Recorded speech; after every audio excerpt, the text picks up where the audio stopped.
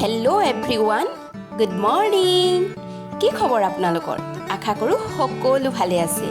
মই আজি ৰাতিপুৱাৰ পৰা ভিডিঅ'টো আৰম্ভ কৰিছোঁ। এয়া বৰষুণ দি আছে, বৰষুণৰ বতৰ। কেতিয়াবা এনেকুৱা টান ৰ'দ দিয়ে আৰু তাৰপিছত এজাক বৰষুণ, আৰু বৰষুণ জাক পাই গছ গছনিবিলাক একদম জীপাল হৈ উঠে।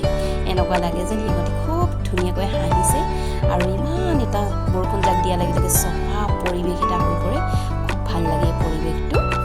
আৰু তাৰপিছত ভাবিলোঁ একাপ চাহ বনাই লওঁ।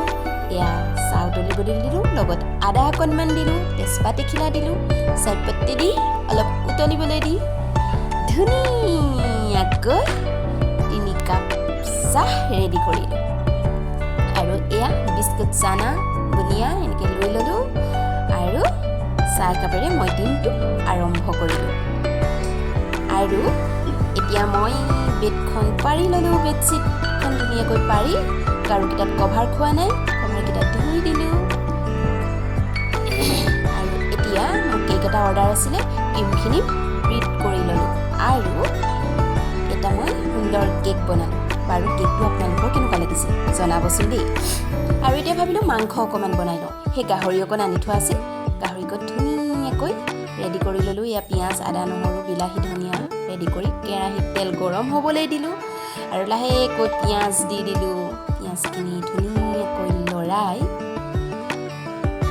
লৰাই ল'লোঁ, আৰু তাত এতিয়া কি দিলোঁ, আদা, নহৰু, মিট মছলা, গৰম মছলা, হালধি অকণ দি লাহেকৈ নেমু অকণ চেপি দিলোঁ। ধুনীয়াকৈ নেমুখিনি চেপি ধুনীয়াকৈ পিঁয়াজখিনি আকৌ লৰাই দিলোঁ। এতিয়া মাংসখন দি ভালকৈ আৰু লৰাই দিছোঁ। মাংসত নিমখ দিবলৈ পাহৰিছিলোঁ, এয়া নিমখখন দি দিলোঁ। মোৰ খুবেই হয় এনেকুৱা বাৰু। এতিয়া ঢাকনখন দি দিলোঁ। এনেকৈ মই আধা ঘণ্টামান ভাজিলোঁ। ইয়াত গাহৰি ৰেডি। আপোনালোকে বাৰু গাহৰি কেনেকুৱা পায় জনাবচোন দেই।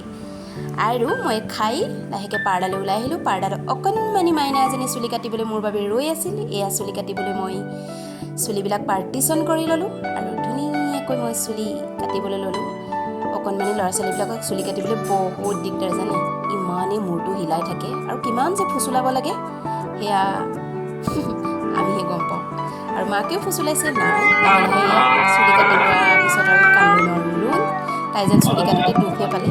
একো নাই দিয়ক, সৰু ল'ৰা ছোৱালীবিলাক এনেকৈ। আজিলৈ ভিডিঅ'টো ইমানেই। Bye bye.